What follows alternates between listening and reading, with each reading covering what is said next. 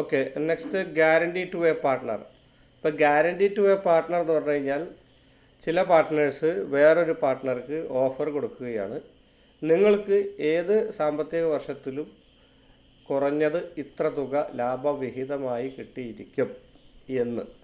അതിനെയാണ് നമ്മൾ ഈ ഗ്യാരണ്ടി ടു എ പാർട്ട്ണർ എന്നതുകൊണ്ട് പാർട്ട്ണർഷിപ്പിൽ ഉദ്ദേശിക്കുന്നത്. ഓക്കെ, അപ്പം അങ്ങനെ അതിനുള്ള ലാഭം വന്നില്ലെങ്കിൽ എന്ത് ചെയ്യും?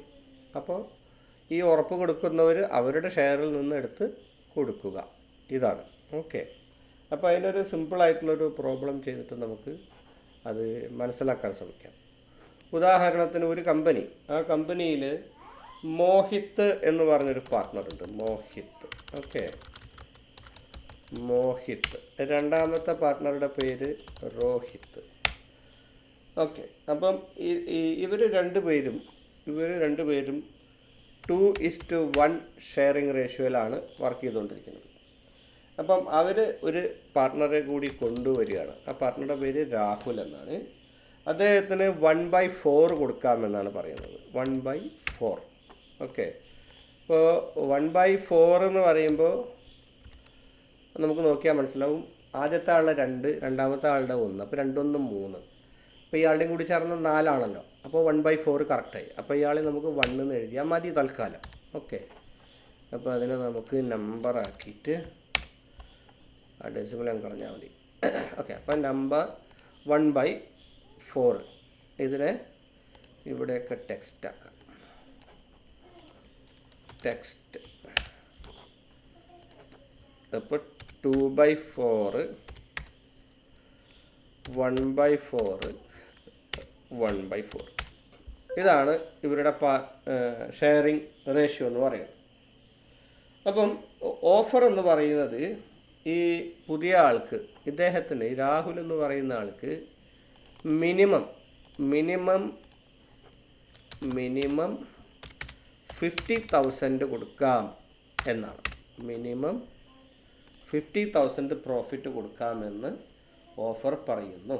ഓക്കെ, ഇനി ഇൻ മാർച്ച് 31 2015 ഇവർ കണക്കെടുത്തപ്പോൾ ഇവരുടെ പ്രോഫിറ്റ് എന്ന് പറയുന്നത്, ടോട്ടൽ പ്രോഫിറ്റ് എന്ന് പറയുന്നത് 1,60,000 ആണ്. 1,60,000 ആണ്. അപ്പോൾ ഇത് ഭാഗിച്ച് കഴിയുമ്പോൾ എന്തായിരിക്കും സംഭവിക്കുക? അതിൻ്റെ profit and loss appropriation account കാണിക്കാനാണ് നമ്മളോട് പറയുന്നത്. അപ്പോൾ നമുക്ക് ഈ 3 പേരുടെയും പ്രോഫിറ്റുകൾ കാൽക്കുലേറ്റ് ചെയ്ത് നോക്കാം, അവർക്ക് ഷെയർ എത്ര കിട്ടും എന്ന്. അപ്പം ആദ്യത്തെ ആൾക്ക് 160 × 2/4 80,000 കിട്ടും. രണ്ടാമത്തെ ആൾക്ക് 160 × 1/4. അടുത്ത ആൾക്കും പിന്നെ ഇത് × 1/4 40,000. അപ്പോൾ ഈ രാഹുൽ എന്ന് പറയുന്ന ആളാണ് ഇവിടുത്തെ നമ്മുടെ ഹീറോ. അദ്ദേഹത്തിന് 50,000 മിനിമം കിട്ടണം. അപ്പോൾ കാൽക്കുലേറ്റ് ചെയ്തപ്പോൾ നമുക്ക് 40,000 ആണ് കിട്ടിയിട്ടുള്ളൂ. അപ്പോൾ 10,000 കൂടി വേണം. ഓക്കെ, ഈ 10,000, അപ്പോൾ നമുക്കിവിടെ എത്ര ഡെഫിഷ്യൻസി ഉണ്ട്? ഡെഫിഷ്യൻസി എത്രയുണ്ട്? ഡെഫിഷ്യൻസി നമുക്ക് 10,000 ആണ്.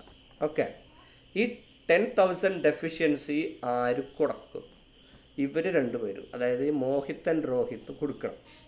അപ്പോൾ അത് ഏത് റേഷ്യോയിൽ കൊടുക്കണം? അവർ തമ്മിലുള്ള റേഷ്യോയിൽ, അതായത് 2:1 എന്ന് വെച്ച് കഴിഞ്ഞാൽ 2/3 1/3. യഥാർത്ഥത്തിൽ ഈ കമ്പനിയുടെ റേഷ്യോ പറഞ്ഞാൽ 2/4 1/4 1/4 ആണ്. പക്ഷേ ഈ ഇങ്ങനെ സാക്രിഫൈസ് ചെയ്യുന്ന സമയത്ത്, ഇത് എടുത്ത് കൊടുക്കുമ്പോൾ, ഗ്യാരണ്ടിയൊക്കെ കൊടുക്കുന്ന സമയത്ത് എന്താ നമുക്ക് മനസ്സിലാവുന്നത്? പിന്നെ ഇവർ തമ്മിലുള്ള റേഷ്യോ മാത്രം നോക്കിയാൽ മതി. 2/3 1/3 ആയിരിക്കും. അപ്പോൾ ഇവിടെ 2 ആണെങ്കിൽ 2/4 2/4 ആയിരിക്കും. ഇവിടെ 5 ആണെങ്കിൽ 2/7 5/7 ആയിരിക്കും എന്നർത്ഥം. ഓക്കെ, അപ്പോൾ നമുക്ക് ഇയാൾ എത്ര കൊടുക്കും നോക്കാം. ഇയാൾ കൊടുക്കേണ്ടത് 10,000 × 2/3. ഓക്കെ, മറ്റേ ആൾ കൊടുക്കേണ്ടത് എത്രയാണ്? മറ്റേ ആൾ കൊടുക്കേണ്ടത് ഇത് × 1/3. ഓക്കെ, അപ്പോൾ ഇങ്ങനെ നമുക്ക് അക്കൗണ്ടിങ്ങിൽ എഴുതാൻ പറ്റില്ല. അപ്പോൾ എളുപ്പത്തിന് വേണമെങ്കിൽ, ഇങ്ങനെ എഴുതുന്നതുകൊണ്ട് തർക്കമില്ല, വേണമെങ്കിൽ എന്ത് ചെയ്യാം, ഇതിനെ ഒന്ന് അപ്ഗ്രേഡ് ചെയ്തിട്ട് ഒന്ന് റൗണ്ട് ചെയ്യാം. അപ്പോൾ 667 ആക്കാം. 667 അപ്പോൾ ഇവിടെ ഒരെണ്ണം കുറയ്ക്കേണ്ടി വരും, മനസ്സിലായില്ലേ? അപ്പോൾ ഇവിടെ നമുക്കത് എത്രയാവും, ഈ 0.333 എടുക്കാൻ പറ്റില്ല. അപ്പോൾ അതുകൊണ്ട് 3333 അവിടെ നിർത്തേണ്ടി വരും. ഇത് രണ്ടും കൂടെ കൂട്ടിയാൽ എത്രയായി? 10,000 ആയി. അപ്പോൾ ഇയാൾക്ക് പിന്നെ ശരിക്കും എത്ര കിട്ടുള്ളൂ? അപ്പം മോഹിത്തിന് ശരിക്കും 80,000 മൈനസ് ഇതും, രോഹിത്തിന് ഇത് മൈനസ് ഇതും ആണ് കിട്ടുക. എന്നാൽ രാഹുലിന് എത്ര കിട്ടും? 40,000 പ്ലസ് ഇത്. എന്തുകൊണ്ട്? അദ്ദേഹത്തിന് ഗ്യാരണ്ടി ഉണ്ടായിരുന്നു. ഗ്യാരണ്ടി ആരാണ് കൊടുത്തത്? മോഹിതൻ രോഹിത് സാക്രിഫൈസ് ചെയ്യുന്ന, ഇവിടെ എഴുതാം, സാക്രിഫൈസ് ചെയ്യുന്ന ആ എമൗണ്ടുകൾ എടുത്ത് ഈ പറയുന്ന 40,000 മാത്രം കാൽക്കുലേഷൻ ആദ്യം വന്ന ആൾക്ക് കൊടുക്കുന്നു. അപ്പോൾ 40,000 plus these 2 sacrificed amounts from the old partners or the guaranteeing partners, he gets 50,000. അപ്പോൾ ഇതാണ് അതിൻ്റെ ആൻസർ. അതിൻ്റെ ആൻസർ എന്ന് പറയുമ്പോൾ നമുക്ക് അതിൻ്റെ profit and loss appropriation account കൂടി ചെയ്തു നോക്കാം. Okay, profit and loss appropriation account,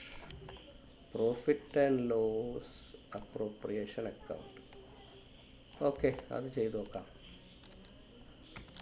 profit and loss appropriation account. Okay, done. എത്രയാണ് net profit? By P&L account. P&L അക്കൗണ്ടിൽ നിന്നും ട്രാൻസ്ഫർ ആയി വരുന്ന എമൗണ്ട് എത്രയാണ്? അത് ക്വസ്റ്റ്യനിൽ ഉണ്ടല്ലോ, 160,000 എന്ന് ഞാൻ എഴുതിയിട്ടുണ്ടായിരുന്നു ഇവിടെ, 160,000. അപ്പോൾ ആ 160,000 നമ്മളവിടെ എടുത്ത് എഴുതുന്നു. Okay, 160,000. This is the international style of numbering. Okay, നിങ്ങളറിയാം, CBSE കുട്ടികൾക്ക് ഇത് അറിയുന്ന കാര്യമാണ്, വീണ്ടും പറയേണ്ടതില്ല. ശരിയാണ്. അപ്പോൾ 160,000. പിന്നെ അതിൽ നിന്ന് വേറെ അൺഫേവറബിൾ എമൗണ്ടുകളൊന്നും ഇല്ല ആക്ച്വലി, ഇതൊരു സിമ്പിൾ പ്രോബ്ലം ആയതുകൊണ്ട്. സോ നമുക്കിനി എന്താ ചെയ്യേണ്ടുള്ളൂ? വളരെ ചെറിയൊരു ഇത് മാത്രമാണ് എഴുതേണ്ടതുള്ളൂ. ഇതിൻ്റെ ഷെയറിങ് മാത്രമേ ഇവിടെ നിലവിൽ കാണിക്കേണ്ടതുള്ളൂ. അപ്പോൾ